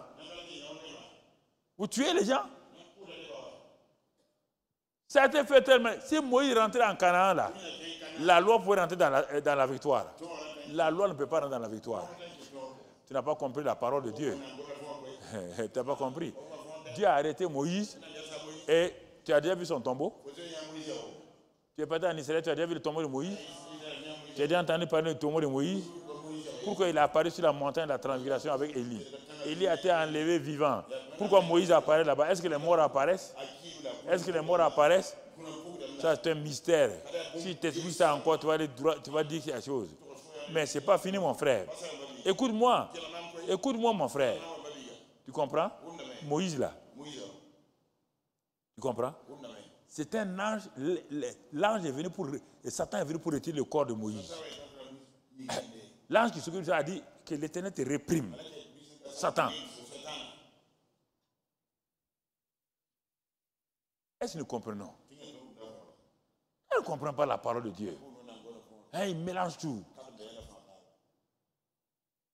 Moïse. Moïse. Moïse. C'est ça. Frères et sœurs. Tout le monde a pensé sur Moïse. La loi ne peut pas. La loi ne peut pas. C'est pourquoi il est arrivé à Kades Barnea. À la limite, il a regardé. La loi regarde. C'est pourquoi le jeune homme riche est venu à Jésus. Il voulait. Il veut faire. Il a regardé. Il a donné le dos. Il est parti. Il n'a pas pu rentrer. Moïse a regardé. Dieu dit, monte sur la montagne. Regarde. Il regarde la terre promise. Il dit, tu n'entreras pas. Pourquoi? Qui va entrer alors? Si Moïse ne rentre pas, je vous pose la question. Si Moïse ne rentre pas, on te dit dans Jean 1,17. Jean 1,17. La loi est quoi? Moïse a amené quoi? La loi. Et qui a amené? Et Jésus a amené quoi? La grâce est là. La grâce et la vérité nous font rentrer quoi? Dans l'œuvre achevée de Christ. Dans la victoire. Oui ou non? Retournons dans l'Ancien Testament. Moïse n'est pas rentré. Mais qui est rentré? Josué, Jésus. C'est Josué qui a fait rentrer le peuple. Josué, c'est Jésus. Moïse ne peut pas faire rentrer les gens dans... Il est fort, puissant. Mais il ne peut pas faire rentrer. La loi est forte.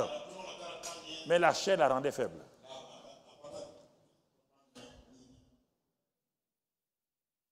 Ça, c'est pas étudié. Hein? Tu crois que c'est dans ma tête, ça, là? Tu crois que c'est dans ma tête? C'est pas dans ma tête. Tu as des fois des révélations claires que tu as vécues. C'est pas une affaire de tête, là.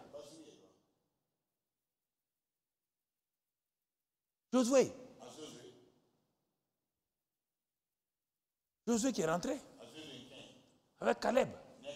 Deux éléments. Là où il y a Jésus, il y a d'abord les Israélites. Jésus est, on dit le salut vient des Juifs. Jésus est juif.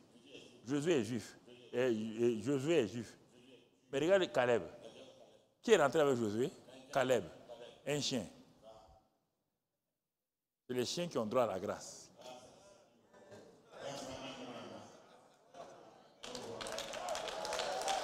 Et les païens sont des chiens pour Israël, oui ou non?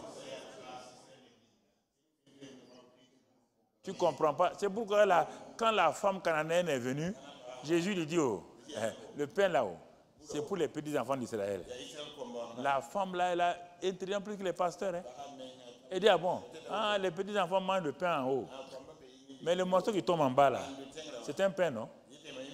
C'est un morceau de pain. C'est toujours un pain, non? Et les chiens mangent où? En bas. Donc, il n'y a pas de problème.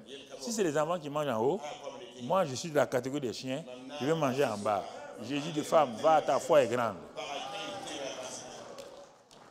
Vous voulez préciser ça aux gens sans expliquer. Tu n'as même pas compris ce que tu as dit là-bas.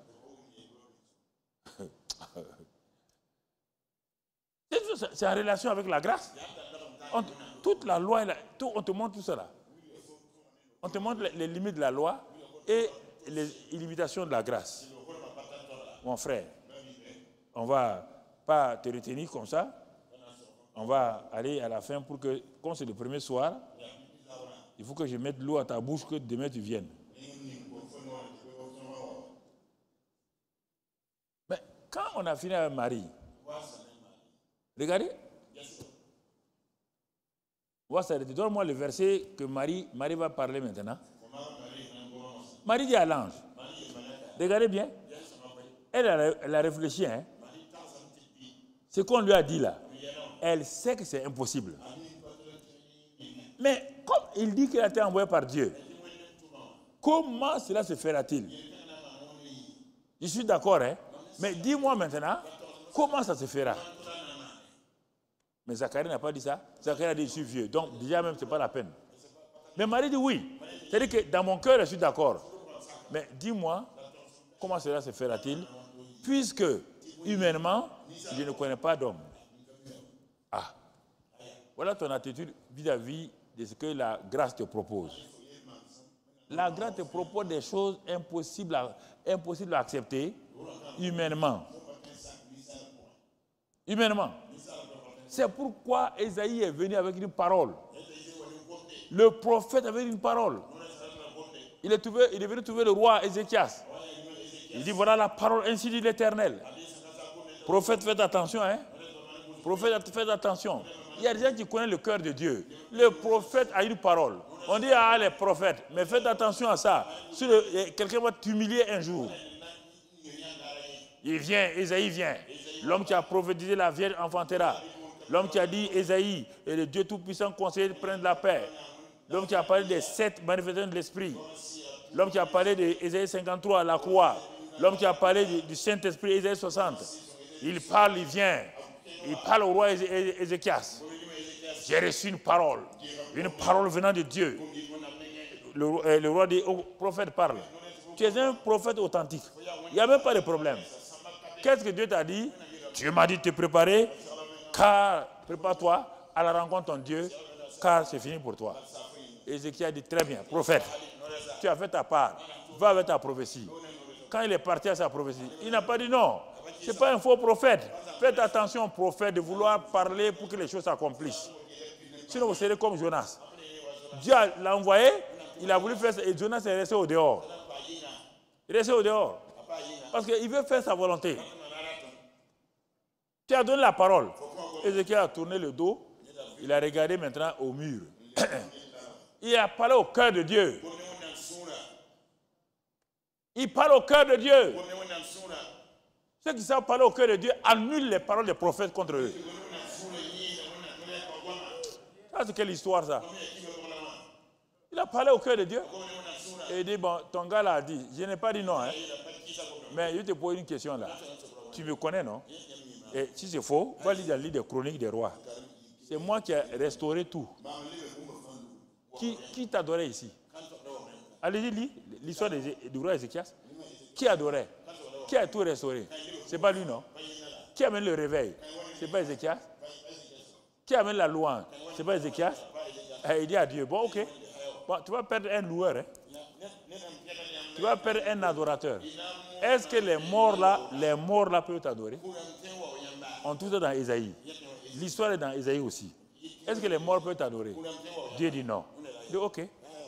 Si c'est moi, l'adorateur là, que tu veux tuer, il n'y a pas de problème. Tue-moi seulement. Tu n'auras plus d'adorateur. On doit parler au cœur de Dieu. Ça, c'est pas prière. On parle au cœur de Dieu. Si tu connais le cœur de Dieu là, c'est pourquoi Jean, l'apôtre, le disciple, parmi tous ces disciples-là, il mettait son oreille sur la poitrine de Jésus. Il dit l'apôtre que Jésus aime. Ce n'est pas Jésus qui lui a dit ça. Hein? Il a dit c'est moi l'apôtre que Jésus aime. Toi et moi, je suis le serviteur de Dieu. Le serviteur de Dieu et puis son patron peuvent rester ensemble. Je suis serviteur de Dieu. Le serviteur est au dehors. Moïse était un serviteur. Jésus est fils. Allez de ta tête, hein? Tout le temps serviteur de Dieu. Vous vous vantez, serviteur de Dieu. Serviteur de Dieu est au dehors. Vous avez laissé le monde vous donner des faux titres comme ça. Moi, je ne suis pas serviteur de Dieu, je suis fils de Dieu. Un fils de Dieu se tient dans la présence de son père. On vous êtes né trouver ça, serviteur de Dieu. Dans notre dénomination, on disait ça comme ça, serviteur de Dieu, servant de Dieu, serviteur de Dieu, servant de Dieu. Non. Jean dit, c'est moi l'apôtre que Jésus aime. Le jour que Judas l'a trahi là, c'est ce jour-là que Jean a posé sa tête sur le... il dit, Pierre ne croit pas à ça. Il trouve que Jean exagère. Mais il a dit, mais il a une intimité avec Jésus. Il dit à Jésus, il dit à Pierre, devant lui, il a dit que quelqu'un va trahir là. C'est qui? En ce temps, j'avais posé sa tête sur la poitrine de Jésus. Tu vois, les pierres là sont... Ils ont peur. Est-ce que Dieu m'aime? Est-ce que je plais à Dieu? Est-ce que mes péchés là sont pardonnés? Est-ce que mes péchés sont enlevés? Ça, c'est les pasteurs peureux là. Ils ne croient pas à la justification. Ils ne croient pas au sang de Jésus-Christ. Ils ne croient pas à ce que Dieu a fait. Tout le temps, ils sont en train de ils sont sur leur nerf. Est-ce que Dieu est bon? Est-ce que Dieu est fidèle? Est-ce que Dieu est ceci? Ah, Dieu va frapper? Dieu va frapper? Ils n'ont jamais l'assurance. Jean-Baptiste pose sa chose. Jésus dit, c'est l'homme à qui il veut donner le pain. Là. Il dit, Pierre, écoute, hein, l'homme à qui il va donner le pain, là, c'est lui. Ah, Pierre dit, merci. Donc, ce n'est pas moi. Hein. Ce n'est pas moi. Il dit, merci. C'est ça que je voulais savoir. Amen. C'est ça que je voulais savoir. Des pasteurs comme ça, là. Pas de confiance en Dieu. Et tu es appelé par Dieu, fils de Dieu. Est-ce que ton enfant tremble pour venir devant toi? Dans ta maison là, ton enfant tremble pour venir devant toi? Papa, j'ai faim, hein? Papa, s'il te plaît, papa, je vais donner 3 jours. Donne-moi à manger. Ça, c'est quoi ça? Toi, un méchant homme, ton enfant vient, il vient s'asseoir sur tes pieds. Et tu le caresses. Dieu dit, viens. Non, je vais prier pour gêner. Ça, c'est quelle histoire? Arrêtez ça là. Arrêtez ça. C'est quelle relation avec Dieu comme ça là? Hein? C'est quelle relation? Dieu dit, si vous êtes méchant, vous savez donner. Même les méchants savent. Et Dieu ne sait pas. Il te faut gêner pour que Dieu t'accepte. Il faut gêner pour... Quelqu'un est médecin. Son enfant est malade. Il faut que l'enfant la gêne pour qu'il lui donne des médicaments. Il faut arrêter ça. Hein. Vous venez de ça avec vos villages là. Votre ancienne religion là, c'est de là-bas que vous venez. Votre ancienne religion là, ça n'a pas changé encore. C'est la vérité. Pas de connaissance de Dieu. Pas de connaissance. C'est ça. La grâce est méprisée. C'est méprisé. Méprisé. Mais Marie dit, l'ange dit, tu as bien posé. C'est là que la sagesse va venir maintenant. La grâce, croire dans la sagesse et la faveur divine. On a parlé de la faveur divine. Maintenant, dans cet endroit-là, la sagesse vient. Par qui? La sagesse, c'est la manière de faire comment Dieu travaille. Dieu travaille par qui? Il dit le Saint-Esprit. L'esprit de sagesse vient maintenant. Le Saint-Esprit viendra sur toi et te couvrira. Le Saint-Esprit est celui qui travaille. La sagesse est la clé pour travailler. La grâce crée les circonstances. La grâce crée l'atmosphère. La grâce crée les éléments. La sagesse est la clé pour faire fonctionner la grâce. Il dit maintenant, le Saint-Esprit, si comme tu veux savoir, si tu ne m'as pas posé la question, il ne va pas te donner la clé. Comme tu as posé la question, comment? Voilà la clé, le Saint-Esprit viendra, te couvrira son ombre, et le Saint-Enfant là, qui naîtra là, sera appelé Fils de Dieu très haut. Car rien n'est impossible à Dieu. Là où tu as accepté la grâce, où tu laisses le Saint-Esprit venir, tout devient possible. Tout devient possible. Marie dit, si c'est ça là, si c'est ça seulement, tu es sûr que tout sera possible. Dis oui. La parole de grâce. L'esprit de grâce. Les deux ensemble. Rien n'est impossible. Rien. Rien. Mais il faut que les deux soient ensemble. C'est pourquoi pour produire tout, le Saint-Esprit s'est positionné. La parole de sagesse est venue. Dans Genèse 1, le Saint-Esprit ne peut pas travailler seul. Il faut la parole. Quand il se mouvait, la parole de sagesse est venue. Quand les deux sont venus, la lumière est venue. Pour qu'il y ait l'enfant dans le sein de Marie, pour être un enfant de Dieu, il faut la parole et la sagesse. L'esprit de sagesse. Quand il y a les deux là, l'enfant est né. C'est cela, frères et sœurs. Pour être né de nouveau, il faut la parole de grâce. Que tu entends la parole de grâce. Quand tu entends la parole de grâce, tu as confiance, le Saint-Esprit vient et fait de toi un enfant. et tu deviens un enfant de la grâce, un enfant né de nouveau. La même chose pour le ministère. Quand la parole de grâce est annoncée, tu acceptes ça, le Saint-Esprit vient pour te qualifier, pour que tu ailles. Il n'y a pas autre chose, frère. Il n'y a pas d'autre solution. On va s'arrêter là. Et Marie a commencé à louer Dieu. Elle a commencé à louer Dieu. Regardez bien. Elle a commencé à louer, dit que toutes les générations me diront heureuses.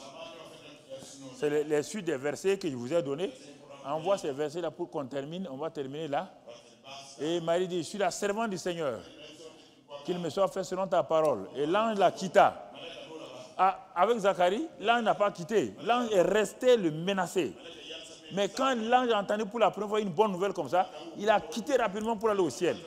Pour dire à Papa, bon Dieu, enfin, on a trouvé quelqu'un qui obéit. Et qu'est-ce que Marie fait? Elle est partie sur sa parente. Quand elle est partie, dès qu'elle a salué Élisabeth, l'enfant dans le sein, le prophète a commencé à bouger. Pourquoi? Parce que l'esprit de grâce est sur Marie. Et ensuite, qu'est-ce qu'elle dit? Elle commence à parler. Tu es bénie entre les femmes. Et le fruit de ton sein est béni. C'est ça la grâce. La grâce. Et qu'est-ce que Marie dit? Marie dit quoi? Va plus loin. Marie va plus loin, mon frère. Heureuse celle qui a cru. Va plus loin, va plus loin. Je n'ai pas de démonter. Descends. Ce que Marie va dire. Tu ne connais pas ta Bible ou quoi? Marie dit, mon âme exalte le Seigneur. Là, quand la grâce est là, on commence à exalter Dieu. Mon âme exalte le Seigneur. Pourquoi? Et mon esprit se réjouit en Dieu. Les trois éléments. Mon esprit se réjouit. Mon âme se plaît. Et mon corps loue le Seigneur. Mon corps loue le Seigneur. C'est ça que David a dit. Mon corps loue le Seigneur. Pourquoi? Parce qu'il a jeté les regards sur la base de sa servante. Car désormais, voici, toutes les générations me diront bienheureuses. Ce qu'elle a dit là, ce qu'on est en train de faire maintenant. Le Tout-Puissant a fait pour moi de grandes choses. On n'a pas dit le Saint-Esprit l'onction. On dit le Saint-Esprit, le Tout-Puissant a fait. Son nom est saint. Quand la grâce vient, il n'y a même pas de mérite. Non, tu ne vas pas le dire, moi j'ai jeûné 3 jours, Dieu a fait ça. Non, non, non, non. Dieu a tout fait. Il a tout fini. C'est ça, mon frère. Ouais, je vais m'arrêter là ce soir, comme introduction, que tu comprennes ça. Va prendre la parole, va t'asseoir et regarder. Enlève les schémas de ta tête là. On t'a formaté dans des schémas. On t'a dit c'est comme ça, on t'a dit c'est comme ça. Laisse ça tomber, mon frère. Ces livres-là, je les ai lus aussi. Les livres sur lesquels tu veux te baser là, je les ai lus aussi. J'ai fait exprès, je lis les livres pour pouvoir parler. Voilà. Ceux qui sont tes professeurs là, j'ai lu leurs livres là. Mais l'œuvre achevée de Christ là, c'est ça que ça produit. L'œuvre accomplie de Christ, c'est basé sur la grâce. C'est le régime de la grâce. Quand ce régime de la grâce est là, si tu marches selon les principes de la grâce, voilà ce que Dieu fait. On va s'arrêter là. Excellent Père de grâce. Merci pour tes serviteurs, tes servantes, tes fils et tes filles qui sont venus devant toi. Ils sont venus en tant que fils et filles pour recevoir de toi grâce sur grâce. Et je te remercie pour leur vie. Je te bénis pour leur vie. Je te rends grâce pour leur vie. Merci pour tout ce que tu as fait et ce que tu feras pendant ces 3 jours. Sachant que tu as préparé de bonnes choses afin que certains qui étaient bloqués, d'autres ne savaient plus quoi faire dans le ministère, d'autres vraiment se décourageaient. Que ces 3 jours-là soient des temps de révélation, des temps qui vont leur permettre d'entrer dans ta volonté parfaite. Merci Père pour ton amour et ta bonté. Merci pour ta grâce. Merci pour ta fidélité. Dans le précieux nom de Jésus. Amen. Que le Seigneur vous bénisse. Sa grâce soit sur vous. À demain matin, 9h. Rentrez et sortez doucement, doucement. Voilà, allez-y dans la paix du Seigneur. Il ne faut pas enlever vos masques, hein, gardez vos masques.